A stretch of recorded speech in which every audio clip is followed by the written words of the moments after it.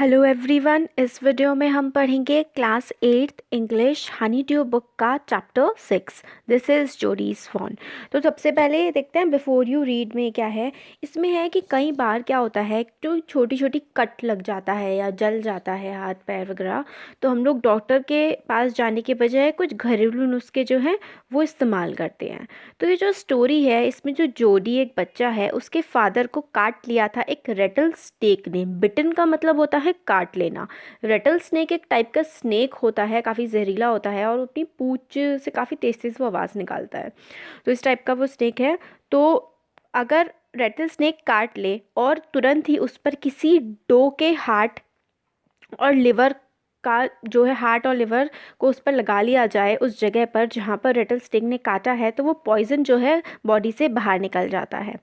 अब जो जोडी है वो ये सोच रहा है कि जो डो है उसको तो उसके फादर ने मार दिया है। अब जो उस डो का बच्चा है, जो फॉन है, उसका वो क्या होगा बिना अपनी माँ के। डो देखिए होती है फीमेल डियर ना, और फॉन होता है उस डियर का बच्चा, उस डियर का बेबी। बेबी डियर होता है फॉन और डो होती है एक फीमेल डियर। तो यही थॉट्स जो हैं चल रही होती हैं। तो अब इसमें स्टार्ट करते हैं। तो जोडी जो है वो सोच रहा होता है और उसकी जो थॉट्स होती हैं सारी की सारी वो आकर के मतलब बार बार जा रही होती हैं एक फ़ोन पर, मतलब डियर के बच्चे पर। और उसका जो जोडी का माइंड है वो इस बात से दूर हो ही नहीं पा रहा होता है। फिर वो अपने मतलब ऐसा लगता है he had held it in his dreams in his arms. उसको ऐसा लगता है उसने उस फ़ोन को अपने सपने में और अपनी आर्म्स में उसको पकड़ रखा है। He slipped from the table and went to his father's bedside. Penny lay at rest. His eyes were open and clear, but the pupils were still dark and dilated.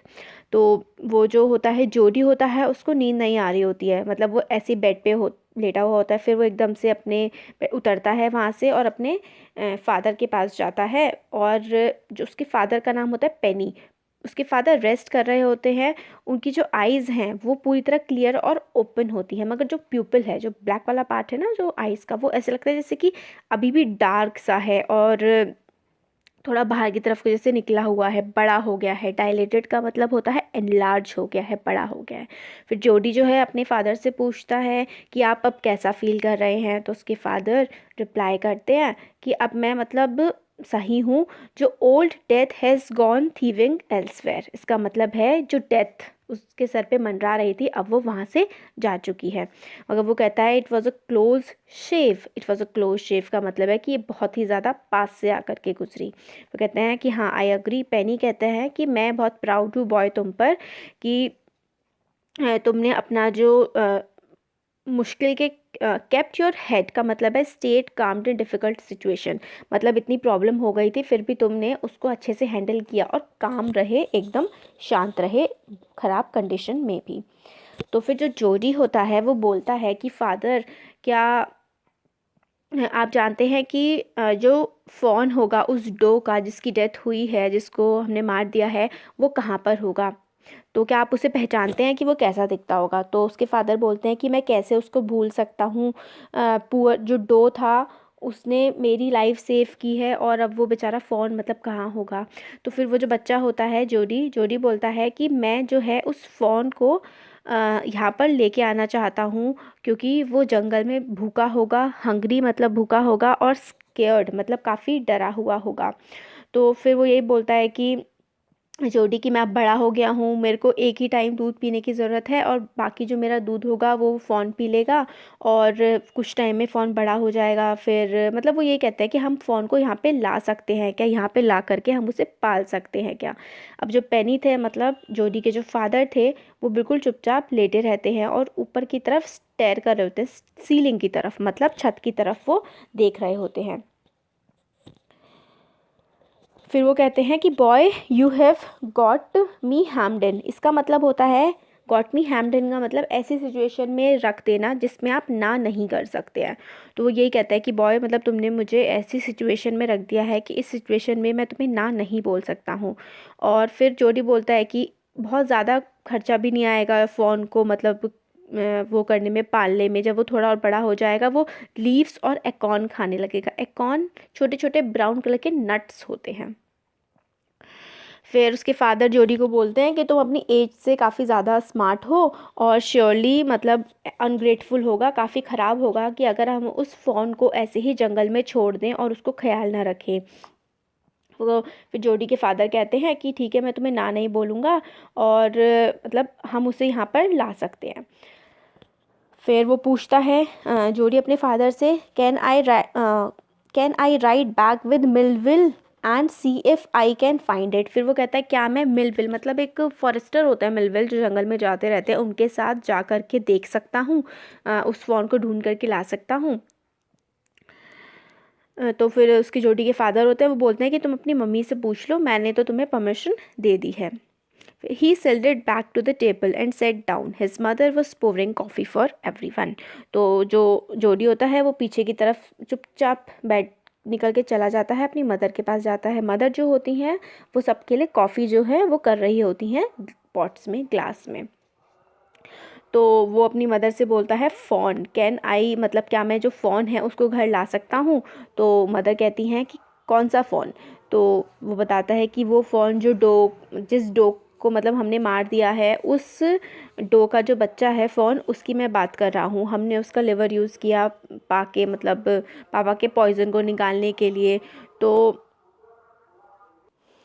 फिर जो जोडी होता है वो अपनी माँ से पूछता है कि क्या हम उसको लेके आ सकते हैं। पा भी कह रहे हैं ये काफ़ी ज़्यादा अनग्रेटफुल होगा, काफ़ी ज़्यादा मतलब ख़राब होगा कि हम उसको ऐसे ही वहाँ पर मरने के लिए, भूखा रहने के लिए वहाँ छोड़ दें। तो माँ भी कहती हैं कि ठीक है, मतलब तुम नथिंग जो है वर्ड में वो फ्री नहीं आता है, जो अब तुम सही कह रहे हो और डैडी भी सही कह रहे हैं, तो हम उस फ़ोन को यहाँ पर लेके आ सकते हैं। फिर वो मिलविल के साथ जो है वो जाने के लिए रेडी हो जाता है। तो Millville said he can ride back with me, I will help him find it. तो मिलविल जो है वो हेल्प करने की बात मान जाते हैं।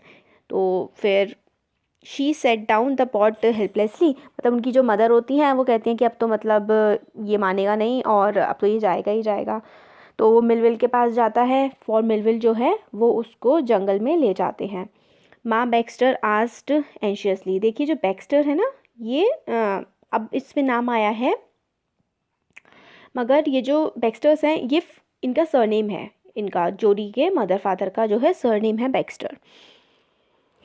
तो माँ Baxter asked anxiously, you will not be gone long, मतलब मदर उससे कहती है जोडी से कि तुम जो है काफ़ी ज़्यादा दूर मतलब मत जाना। फिर जोडी कहता है कि मैं डिनर तक जो है वापस आ जाऊंगा। फिर मिलविल जो है वो अपने घोड़े पर बैठता है, जोडी उसके पीछे बैठता है, देखिए जैसे पिक्चर में दिखाया गया है। फिर जो जोडी है वो मिलविल से कहता है क्या तुम्हें लगता है कि जो फ़ोन है वो अभी भी वहीं होगा, क्या तुम मेरी हेल्प कर दोगे। तो वो बोलता है कि हाँ वो अभी अलाइव होगा, और मगर हमें ये कैसे पता लगेगा कि वो वही है, हम उसे कैसे पहचानेंगे।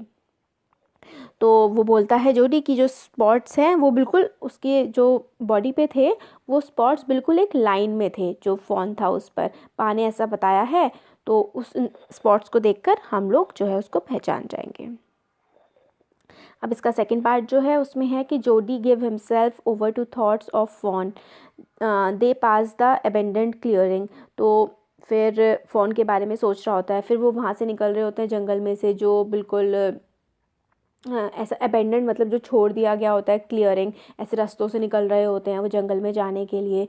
फिर आगे बोलता है he set cut to the north Millville, it was up here that Pa got bitten by the snake and killed the doe and I saw the fawn। फिर वो कहते हैं कि ये नॉर्थ वाली जो साइड है, इस तरफ जो है आप चलो, यहीं पर जो है स्नेक ने पापा को काटा था और यहीं पर हमने जो है उस डो को मारा था और फॉन को हमने देखा था। फिर suddenly Jody was unwilling to have Millwheel with him, फिर एकदम से जोडी को लगने लगा कि मिलविल जो है वो उस टाइम ना रहे उनके साथ। अगर जो fawn if the fawn was dead or could not be found, he could have his disappointment seen. तो ऐसा मतलब जोडी सोच रहा था कि अगर वो फ़ोन को नहीं ढूंढ पाया जोडी, तो जो जोडी के फेस पे डिसअपॉइंटमेंट होगी तो मिलवील जो है वो उसको देख लेगा, वो ये नहीं चाहता। और अगर फ़ोन मिल गया उसे तो जो मीटिंग होगी फ़ोन के साथ वो इतनी ज़्यादा लवली होगी, इतनी ज़्यादा अच्छी होगी, वो उसे सीक्रेट रखना चाहता है और ख़ुद तक ही रखना चाहता है, किसी और के साथ शेयर नहीं कर सकता। फिर वो कहता है he said it's not far now but the shrub is very thick for a horse, I can make it on foot. फिर वो मिलवील से कहता है जोडी कि अब जो है ज़्यादा दूर नहीं है, जो श्रब है, घास है, वो बहुत ज़्यादा घनी है घोड़े के लिए, अब मैं जो है पैरों पे ही चला जाऊंगा।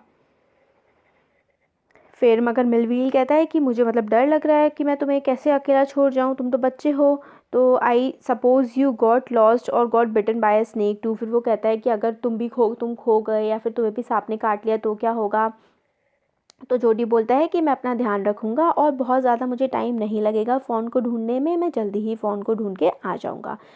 फिर तो फिर जो होता है मिलवील, वो कहता है ठीक है, तुम्हें यहाँ का रास्ता पता है तो मैं तुम्हें यहाँ से चला जाता हूँ और तुम ध्यान रखना अपना, ऐसे करके फिर वो चला जाता है। There and there the tall pine makes a bearing, so long Millville, I am obliged. तो फिर वो बताता है कि इस तरीके से यहाँ पे जो डायरेक्शंस हैं वो हैं, मेक्स अ बियरिंग का मतलब होता है, देखिए, acts as a compass and helps to identify direction. तो यहाँ पे वो जो बताते हैं कि टॉल पाइन ट्री है एक, वो आपको डायरेक्शन ईजिली आप बता सकते हैं कि किधर को, उसको देख के नॉर्थ है कि साउथ है या ईस्ट है, जो भी डायरेक्शन है उसकी हेल्प से बताई जा सकती है। फिर मिलवील जो है वहाँ से चले जाते हैं। He waited for a sound of the hooves to end, then cut to the right. The shrub was still. Only his own crackling of twigs sounded across the silence. तो फिर जो जोडी होता है वो श्रब के अंदर से जा रहा होता है। फिर हूव्स होते हैं, जो घोड़े के पैर होते हैं ना, जब तक उसकी आवाज़ आती है वो धीरे धीरे चल रहा होता है, फिर जब आवाज़ आनी थोड़ी कम हो जाती है वो अंदर की तरफ जाता है। जो जोडी है फिर वो श्रब्स को हटा हटा के जा रहा होता है। क्रैकलिंग ऑफ ट्विग्स का मतलब है जो पेड़ की टहनियाँ होती हैं ना, उसके सिर्फ हल्का, जब वो हटा रहा था उसको जोडी, तो उसकी हल्के हल्के टूटने की आवाज़ ही जो थी वो साइलेंस को ब्रेक कर रही थी, वरना वहाँ बहुत ज़्यादा शांति थी। He wondered for an instance if he had mistaken his direction. फिर एकदम से जोडी को ये भी लगता है कि कहीं उसने अपनी डायरेक्शन जो है उसकी गलत तो नहीं हो गई है। Then he buzzard rose in front of him and flapped into the air. He came into a clearing under the oaks. Buzzards sat in a circle around the terrace of the door. देखिए buzzard बहुत बड़ी ज़्यादा bird होती है, काफ़ी बड़ी bird होती है बजर्ड जो होती है। तो वो देखता है कि बजर्ड जो है वो जो केरास होता है ना उस डो का, जिसको उन लोगों ने मारा होता है, केरास होता है जो कंकाल बाद में बच जाता है, उसमें थोड़ा बहुत मांस होता है, उसके चारों तरफ जो है वो बजर्ड, जो मांस को खाने वाली चिड़िया होती है ना, वल्चर्स जैसे कि, वो उसके बिल्कुल किनारे किनारे बैठी हुई होती हैं डो के। They turn their heads on their long scrawny necks and hissed at him. तो वो उसको मतलब अटैक कर करके खा रही होती हैं डो को, मरी हुई चीज़ों को खाते हैं ना vultures. He threw his bow at them and they flew into the adjacent tree. The sand showed large cat prints, but the big cats killed fresh and they had left the doe to the carrion birds. तो मतलब वहाँ पर उसको cat के भी prints दिख रहे होते हैं, बड़ी कैट के जोड़ी को, कि उसको डो को खाया होगा कैट ने भी, और फिर कुछ बचा हुआ पार्ट जो है वो वल्चर खा रहे थे, वो ये भी देखता है। He parted the grass at the place where he had seen the fawn. It didn't not seem possible that it was only yesterday. तो वो उसको मतलब उस जगह पर वो घास हटा हटा के पहुंच गया होता है जहाँ पर उसने कल yesterday मतलब एक दिन पहले फ़ोन को देखा था, उस जगह वो पहुंच गया होता है, मगर वो देखता है फ़ोन उस टाइम पर वहाँ पर नहीं होता। He circled the clearing. There was no sound, no sign. Buzzards clackered their wings, impatient to return to their business. He returned to the spot where the fawn had emerged and dropped on all fours. तो फिर वो ढूंढ रहा होता है phone को, नहीं मिला होता, फिर वो इधर उधर जो क्लियरिंग होती है आसपास का इलाका, वो गोल गोल घूमने लगता है उसमें जोड़ी। फिर वो देखता है कोई आवाज़ नहीं हो रही, कोई साइन नहीं होता। बजर्ड जो है उड़ा दिया था ना उसने, जोड़ी ने उसको, चिड़ियों को, वल्चर्स को, वो बिल्कुल मतलब वेट कर रही होती है कि कब वो दोबारा अपने बिजनेस पे लगे, मतलब दोबारा आकर के खाना स्टार्ट कर दें डो को जो बचा हुआ था वहाँ पर। He returned to the spot where the fawn had emerged and dropped on all fours, studying the sand for a small hoof prints. The night's rain had washed away all tracks except that those of cats and birds. फिर वो देखता है sand पे, कोशिश करता है देखने की कि क्या पता कोई साइन ऐसा उसको मिल जाए जिसके पैरों के पंजे, छोटे छोटे पैरों के पंजे उसे ऐसे मिल जाएं जिसकी हेल्प से वो उसको फ़ॉन को ढूंढ पाए, मगर उसको कोई भी ऐसा साइन नहीं मिल रहा था। पंजे जो थे, रात में बारिश पड़ी थी, उसने पंजों को बिल्कुल साफ़ कर दिया था और सिर्फ बजर्ड जो चिड़िया थी और कैट के ही उस वहाँ पर पंजे बचे हुए थे। अभी देखिए थर्ड पार्ट जो है हम देखते हैं नेक्स्ट वीडियो में। So thank you.